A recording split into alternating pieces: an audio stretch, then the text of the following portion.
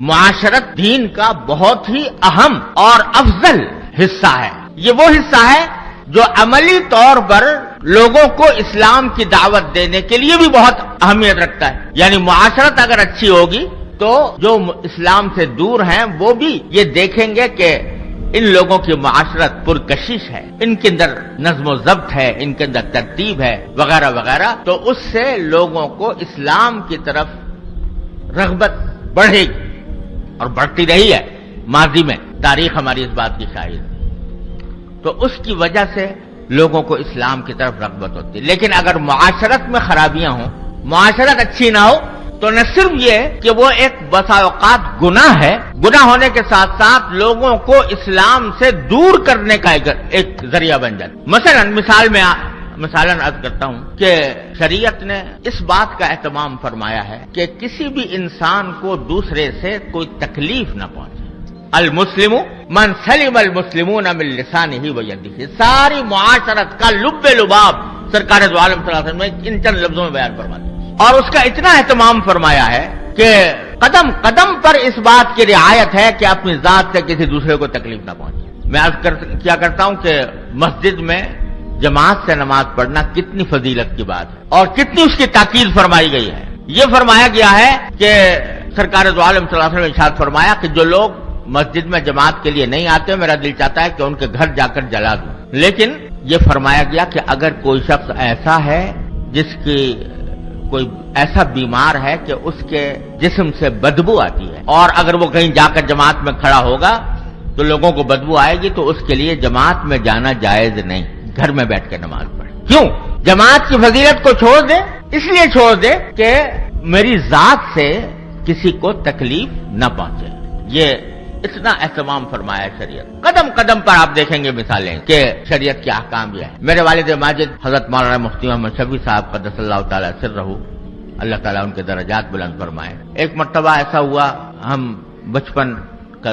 کا زمانہ کہ بیت الخلاء میں گئے اور وہاں سے گندگی کو بہائے بغیر آ گئے، تو حضرت والد ماجد رحمۃ اللہ علیہ نے فرمایا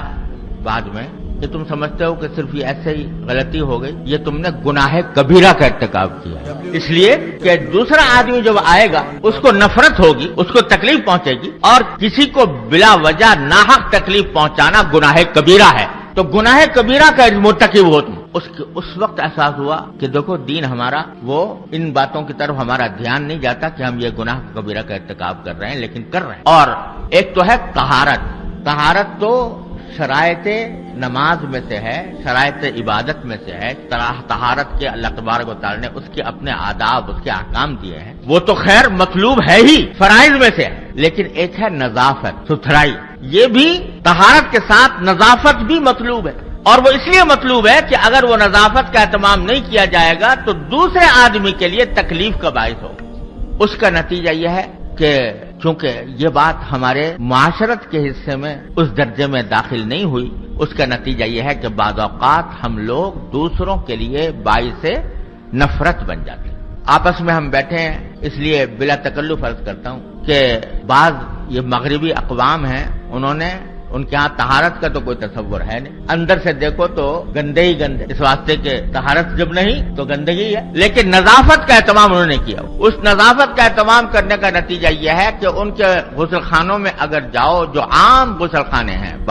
بازاروں میں بنے ہوئے، جن کے اندر جو عام لوگوں کے استعمال کے ہیں، وہاں جا کر دیکھو تو آپ کو پانی کی ایک بوند بھی فرش پر پڑی ہوئی نہیں ملے گی، صاف ستھرے ہوں گے۔ اسی مغربی ملک میں مسجد میں جاؤ اور وہاں کے غسل خانے دیکھو تو وہاں تعفن اٹھتا معلوم ہوگا۔ جب یہ منظر ایک آدمی دیکھے گا کہ وہاں صفائی ہے اور یہاں گندگی ہے تو وہ اسلام کی طرف راغب ہوگا یا اسلام سے دور جائے گا۔ تو یہ ایک ایسا پہلو ہے کہ جس کی طرف ہماری توجہ کم ہے، بہت سی جگہوں پر الحمدللہ ہے، لیکن اکثر بہت سی جگہوں پر نہیں۔ جب موازنہ کیا جائے عام جگہوں کا اور ان جگہوں سے جہاں پر کہ دین